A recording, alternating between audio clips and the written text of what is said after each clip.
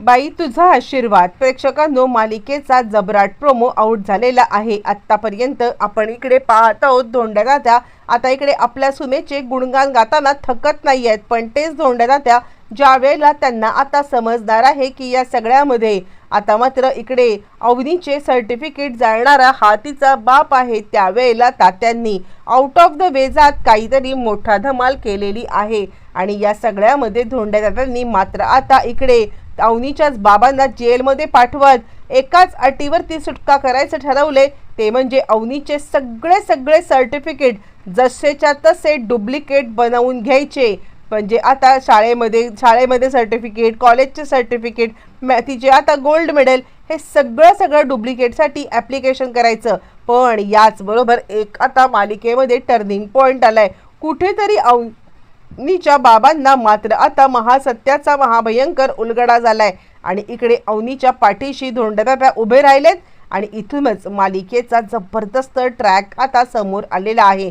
नक्की काय घडलंय, कसं घडलंय, सविस्तरपणे आता इकडे झिपऱ्याचा फोन झाल्यावरती मात्र आता धोंड्या तात्या चिडलेले आहेत आणि ते सांगतात, समजतो काय तो अवनीचा बाप, आता स्वतःला समजतो काय तो, आता या सगळ्यामध्ये कशा पद्धतीने मात्र आता माझ्या आता सुनेचे सर्टिफिकेट जाळू शकतो. आणि त्यावरती यशोदा म्हणतो, हे बघा तुम्ही उगाचच आतताईपणा करून चिडू नका, कारण काही झालं तरी सुद्धा ते अवनीचे बाबा सुद्धा आहेत आणि म्हणूनच मला असं वाटतं की तुम्ही आता त्यांच्यावरती उगाचच राग काढण्यापेक्षा जाऊ दे ना, जे काही झालं ते आपण सोडून देऊया.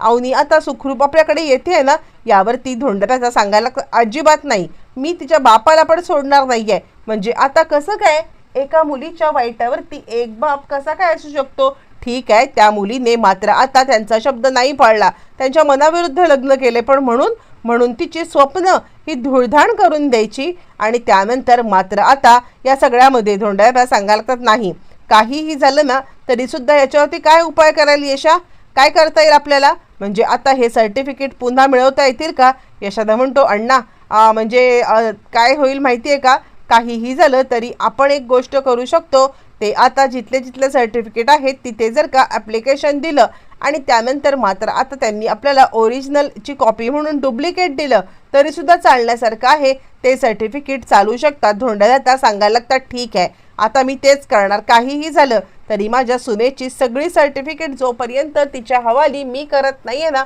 तोपर्यंत मी गप्प बसणार नाहीये. काहीही झालं तरी सुद्धा माझी सून ही माझी आन बान शान आहे आणि काहीही झालं तरी तिच्या बाबतीत मी चुकीचं काही होऊ देणार नाहीये. यशा सांगायला लागतो, ठीक आहे बरं. हे सगळं झाल्यावरती झिप फोन करतोय आणि आम्ही थोड्याच वेळात घरी येतोय, जरा वहिनीला चक्कर आली होती म्हणून आता मंदिराच्या आडोशाला बसलो होतो असं सांगायला लागतो. आणि त्यावरती तात्या आता धोंड्या विचार करायला लागतो, नाही हे सगळं त्या बापामुळे घडलंय, जोपर्यंत त्याला शिक्षा मिळवून देत नाहीये ना तोपर्यंत मात्र आता मी गप्प बसणार नाहीये. म्हणजे अवनीचे सर्टिफिकेट मी नाही काढणार आहे, तो तिचा बापच काढून देईल. काहीही झालं तरी सुद्धा आता इकडे याला काही मी सोडत नसतो. पोलीस कंप्लेंट करून जोपर्यंत कर्मांनी स्वतःच्या मरत नाही ना तोपर्यंत मी गप्प बसणार नाहीये. आणि त्यावरती मात्र आता यशोदा सांगतो, ठीक आहे एक काम कर, तू आता अवनीला म्हणजे आता ह्या दोघांना, राजा आणि अवनी या दोघांना सुद्धा आता घेऊन ये घरी, आम्ही सगळेजण वाट पाहतोय. इकडे तोपर्यंत राजा आता अवनीला सांगतोय, अवनी मॅडम निघूया का, तुम्ही नका चिंता करू, इतका सगळ्या गोष्टींचा विचार करत बसलात तर तुमच्या तब्येतीवरती त्याचा आता परिणाम होईल. आणि त्यावरती अवनी म्हणते, कसली तब्येत, काय तब्येत, आता काही मला राहिलेलंच नाहीये बोलण्याचं किंवा हे करण्याचं, आपण आता निघूया घरी. असं म्हटल्यावरती तो म्हणतो, तुम्ही चिंता करू नका, मी जोपर्यंत तुमच्या पाठीशी ठामपणे उभा आहे ना तुम्हाला कोणत्याही गोष्टीची कमतरता मी भासू देणार नाहीये. असं म्हटल्यावरती मात्र आता अवनी इकडे सांगायला लागते, मला माहिती आहे की तू माझ्या पाठीशी आहेस राजा, पण तरी मी तुला किती त्रास देऊ. आणि आता हे सगळं होत असताना अशा पद्धतीने घरच्यांना पण किती त्रास देऊ. बघितलंस ना आज त्यांनी जे काही केलं, उद्या जर का तुला या सगळ्यामध्ये काही हे केलं तर. यावरती मात्र आता अवनी इकडे म्हणजे तो सांगायला लागतो, काहीही हरकत नाहीये, तुमच्यासाठी काहीही करायला मी तयार आहे. अवनी म्हणायला लागते, पण का एवढं सगळं करण्याची खरंच काही गरज नाहीये. त्यावरती तो म्हणतो, आहे तुम्हाला नसली तरी सुद्धा मला ही गरज वाटते, असं म्हणत तो आता अवनीला बोलत आहे. बरं तोपर्यंत मग आता दोघं घरी यायला निघालेत आणि येतानाची गंमत जम्मत तर आपण पाहिली. राजाच्या मांडीमध्ये बसून आता कशा पद्धतीने अवनी इकडे आलेली आहे आणि ती राजाच्या मांडीतच झोपलेली आहे. सगळेजण त्या दोघांचं प्रेम मात्र पाहतच. आता अवनी घरी आलेली आहे. घरी आल्यावर ती सगळेजण अवनीला समजवत आहेत, काही काळजी करू नकोस वहिनी. वहिनी आता काहीही झालं ना तरी आपण तुझे सर्टिफिकेट परत मिळवायचे आणि तुला या सगळ्यामध्ये मात्र आता जे काही स्वतःच्या पायावरती उभं राहायचं आहे ना ते तुला उभं राहायला आम्ही आता नक्कीच प्रयत्न करू, असं म्हटल्यावर ती मात्र आता लगेचच इकडे सांगायला लागते. अवनी हो बरोबर आहे, मी काहीही झालं ना तरी सुद्धा सर्टिफिकेट मिळवेन. आणि यशा सांगायला लागतो, चिंता करू नकोस अवनी, मी तुला या सगळ्यामध्ये नक्कीच मदत करेन. माझ्या आता आहेत काही ओळखी, तुला आता जॉब मिळण्यासाठी जी काही मदत करायला लागेल ती सगळी मदत मी करायला तयार आहे. इकडे आता राजा विचार करायला लागतो, खरंच काय करता येईल या सगळ्यामध्ये. आणि त्याच वेळेला आत्या बघायला आलेली आहे की अवनी इकडे आली कशी परत, अवनीला तिच्या घरच्यांनी पाठवलं तरी कसं. आणि म्हणून आता ज्या वेळेला आत्या तिकडे आलेली आहे आणि ती आता टोकून टोकून पाहते, आली सून तुझी आली परत, मला वाटलं तुझी सून आता काही येत नाही परत, असं म्हटल्यावर ती धोंड्याला सांगायला लागतात, तू आत्ताच्या आत्ता इथून निघून जा, माझ्या सुनेला नजर लावण्यासाठी आता मात्र तुझी इथे गरज नाहीये, निघ इथून, तुला एकदा सांगितलेलं समजत नाहीये का. आणि यावरती ती म्हणते, आली मोठी तुझी सून, मला नको सांगू तुझ्या सुनेच्या गप्पा, अरे तुझ्या सुनेची मला आता सगळी नाटकं माहिती आहेत, ते काही नको सांगूस. यावरती मात्र आता इकडे सांगायला लागते, अवनी आत्या तुम्ही निघा बरं इथून, आमच्या घरातली भांडणं आता आमच्या घरामध्ये.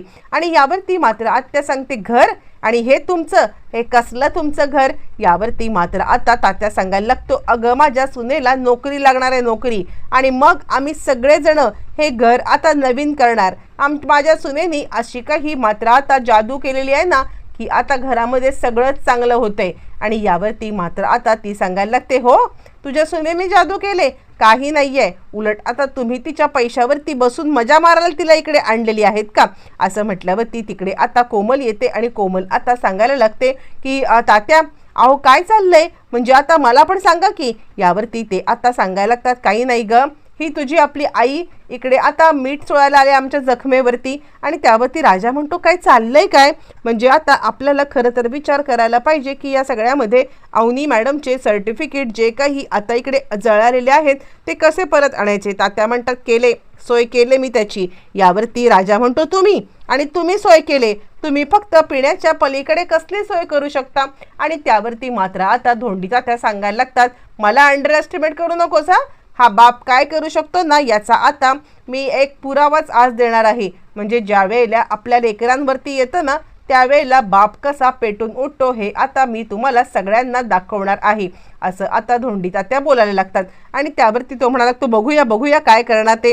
आणि त्याच वेळेला मात्र आता इकडे अवनी आलेली आहे. आणि त्यानंतर अवनी सांगायला लागते, खरंच तुम्हाला कोणाला काही करायची गरज नाहीये, काहीही झालं तरी सुद्धा मी या सगळ्यामध्ये नक्कीच आता मला माझे सर्टिफिकेट मिळवेन.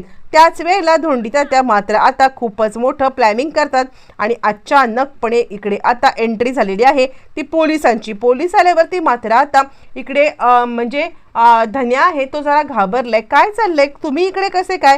आणि यावरती ते सांगायला लागतं, धोंडी आता मी कंप्लेंट केली होती आणि त्यानुसार आम्ही आता आलेलो आहोत. यावरती तो म्हणतो, कंप्लेंट कुणाविरुद्ध. यावरती पोलीस सांगायला लागतात, देशमान्यांच्या विरुद्ध कंप्लेंट केलेली आहे. आता इकडे सांगायला लागतो तो म्हणजे धन्या की नाही आम्ही काही कंप्लेंट नाही केले. आणि त्यावरती आता मात्र अवनी काही बोलत नाहीये. आणि त्याच वेळेला धोंडी तात्या सांगायला लागतात, मी केले कंप्लेंट, या इकडे असे सरळ मैदानामध्ये, असं म्हणत ते आता समोर येतात. आणि त्या खऱ्या अर्थाने मात्र आता त्यांनी कंप्लेंट केलेली आहे की माझ्या सुनेचे सर्टिफिकेट यांनी मुद्दाम जाळून टाकले आणि आता ते जाळून या सगळ्यामध्ये तिला आता त्रास देण्याचा प्रयत्न करतायत, तिला घरामध्ये डांबून ठेवले, खोटं बोलवून तिला आता बोलवून घेतलंय आणि घरामध्ये डांबून ठेवलेलं आहे, असं धोंडी तात्या ज्या वेळेला सांगतात. आणि त्याच वेळेला मात्र आता या सगळ्यामध्ये इकडे देशमान्यांना अटक सुद्धा झालेली आहे. ज्या वेळेला देशमान्यांना अटक झाली आणि त्याच वेळेला मात्र आता धोंडी तात्यांनी सांगितलंय, यांना एका अटीवरती सोडण्यासाठी मी तयार होणार आहे, माझ्या सुनेची सगळी सर्टिफिकेट डुप्लिकेट बनवून घ्यायची आणि ती डुप्लिकेट बनवून आता मात्र तिच्या हातामध्ये द्यायची आणि कोणत्याही प्रकारे तिला त्रास देण्याचा प्रयत्न करायचा नाहीये। या एका अटीवरती मात्र आता मी तुम्हाला सुटका करून देऊ शकतो आणि त्यावरती पोलीस सुद्धा सांगायला लागतात, बरोबर आहे, तुम्ही त्यांची सर्टिफिकेट जाळली तर त्या स्वतः आता 18 वर्षाच्या पुढे सज्ञान आहेत आणि त्यांना त्यांचा निर्णय घेण्याचा अधिकार असताना तुम्ही आता त्यांच्या बिहाफमध्ये निर्णय घेऊ शकत नाहीयेत। असं असताना मात्र आता फायनली धोंडी तात्यांनी आता मोठी अट ठेवले आणि देशमान्यांनी मात्र आता इकडे अवनीचे सर्टिफिकेट जाळून स्वतःच्याच पायावरती धोंडा मारून घेतलेला आहे हे त्यांना कळालेलं आहे। यानंतर अवनीचे वडील डुप्लिकेट सर्टिफिकेट कसे आणणार, अवनीला जॉब कसा मिळणार, येणाऱ्या भागात सगळं